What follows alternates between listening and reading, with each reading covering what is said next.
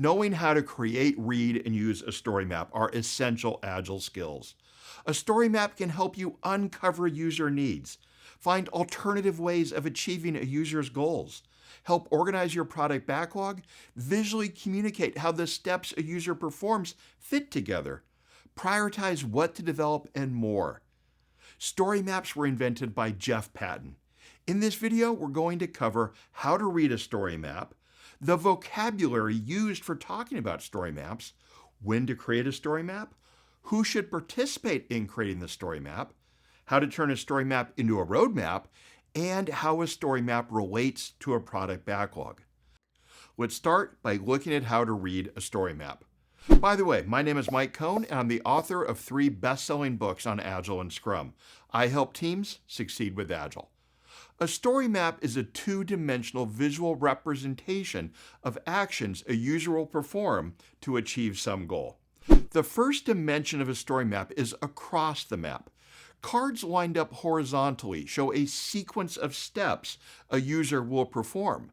Because the horizontal dimension of a story map represents a sequence, you can read across a map by mentally inserting the word "then" between cards.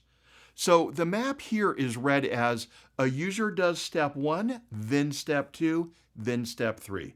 For example, if we're mapping the act of sending an email, we might identify the steps of select recipients, enter a subject, compose the message, and send the email. Each step becomes a card on the map. You'd read the map by inserting "then" between each card. First, the user selects the recipients, then the user enters the subject, then the user composes the message, then the user sends the email. So far, so good. But I said story maps are 2-dimensional. So let's look at the second dimension, which is going to be down. The vertical dimension on a story map shows alternatives. Sticking with the simple email example, there are actually a few ways to select the recipients of an email. A user can type in an email address, or type a recipient's name, or select a name from a contacts list, or select a name from past recipients. As you can see, we read down a map by mentally inserting the word "or" between cards. Cards containing alternatives should be placed on the map in descending order of priority, the most important at the top and the least important at the bottom. Priorities established like this in a story mapping session shouldn't be rigid, and the product owner can change them.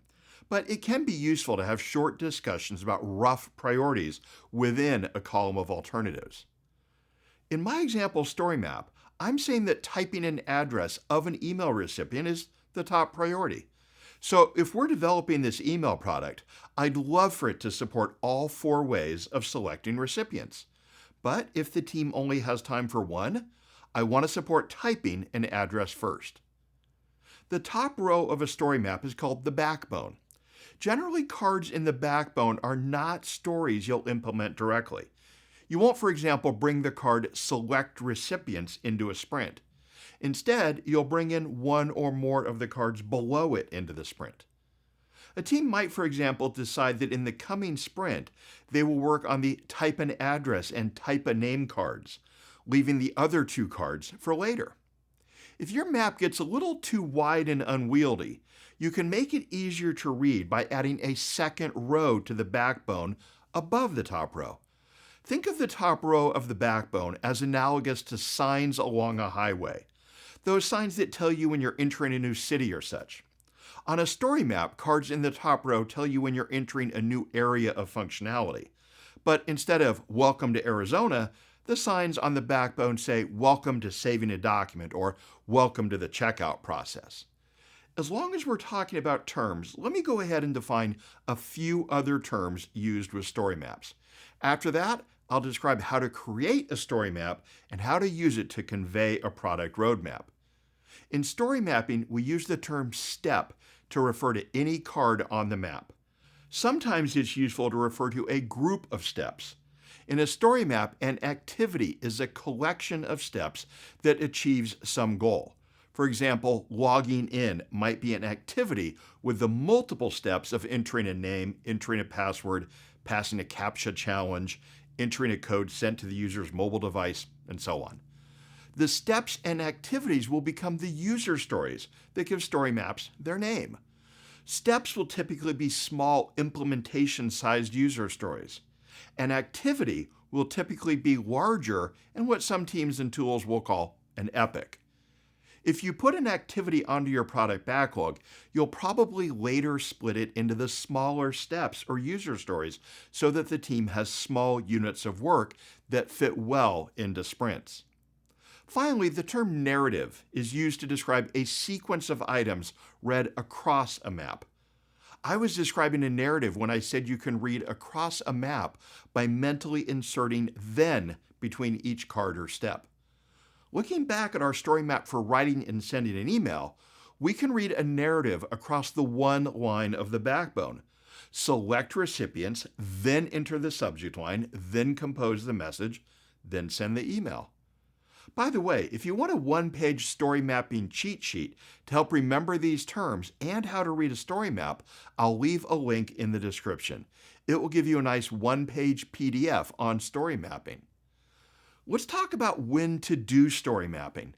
I recommend doing it at the start of a project to get a feel for the overall product or system being built. This is early on in a product, so don't get too detailed. I also recommend creating a story map anytime a team is ready to develop significant new capabilities for users. For example, suppose we're developing an e-commerce website and want to add wish lists as a new capability in the coming period. We would create a story map showing how users will be able to interact with the new wish list capability. I don't think you need to do a story map for everything. For example, suppose we added wish lists to our e-commerce site years ago, and now we want to enhance that feature, perhaps with the ability to add a note to items in a wish list. We can probably just add a user or job story to the product backlog describing this. A user story could be, as a logged-in user, I can add a note to an item in my wish list so that I can later remember why I added it. Or I could write that as a job story. When viewing an item in my wish list, I can add a note so that I can later remember why I added it. If you're not familiar with job stories, check out the video on them in this playlist and linked in the description. Sure, there will be some UX design needed on this, but you probably don't need to map something out that is this small overall. Who should participate in story mapping? I want the product owner and any system or business analyst to participate. We also want to consider including any users or stakeholders who can speak to the specific needs being story mapped. If the team has a Scrum Master or coach, that person should facilitate the story mapping session. And I want team members to participate, ideally the full team. But this is not a meeting that I'm going to cancel if someone has a dentist appointment. I just generally want the full team there. When team members participate, they're going to hear the underlying reasons users and stakeholders want whatever is being developed. Hearing about needs, problems, frustrations, expectations, or more directly from users and stakeholders can sometimes lead team members to insights they may have otherwise missed. And of course, I want team members to participate because they often have very good ideas the non-technical participants may not think of. Team members can also help steer discussions to the right level of depth. I've seen more than one story mapping session where participants would have spent more time talking about something than it would have taken developers to just do it. Because a story map is arranged vertically in priority order, it's really easy to use a story map to convey a roadmap. This allows a product owner to show the intended delivery sequence of features in one or more upcoming releases. To create a roadmap, add a horizontal line to the map and then drag above the line everything that must be included in the next release or version of the product. Then add a label to the map indicating what the items above the line represent. Here I've indicated that the cards above the line are part of the minimum viable product or MVP. Notice in this map that I've put 2 cards from the third column above the line. This is fine. It's just saying that those 2 alternative ways of doing something must both be supported in the MVP. On the other hand, notice that I didn't put anything from the 4th column above the line. Again, this is fine. It indicates that a suitable minimum viable product can be delivered without anything from that column. Situations like these are common and to be expected. To indicate additional milestones on a story map, you simply add additional lines. Here I've added a second line to indicate the Q3 release. I also moved a few cards above it and one lonely card below it. Story maps can help teams discover important product backlog items they might have otherwise overlooked. To do this, walk through the steps on your story map, thinking about each step from the perspective of a user. It can be very helpful to ask a few questions at each step, such as what will a user most likely want to do next? What mistakes could a user make here? What could confuse a user at this point? What additional information could a user need at this step? If your product has multiple types of users, ask these questions for each type of user. Story maps are my favorite tool to help product owners, stakeholders, and developers understand user needs and the interconnectedness of those needs. I find story maps extremely effective for brainstorming the product backlog items that will be needed to achieve a team's next significant objective. Do you use story maps? Have you found them helpful? What challenges have you experienced with story maps?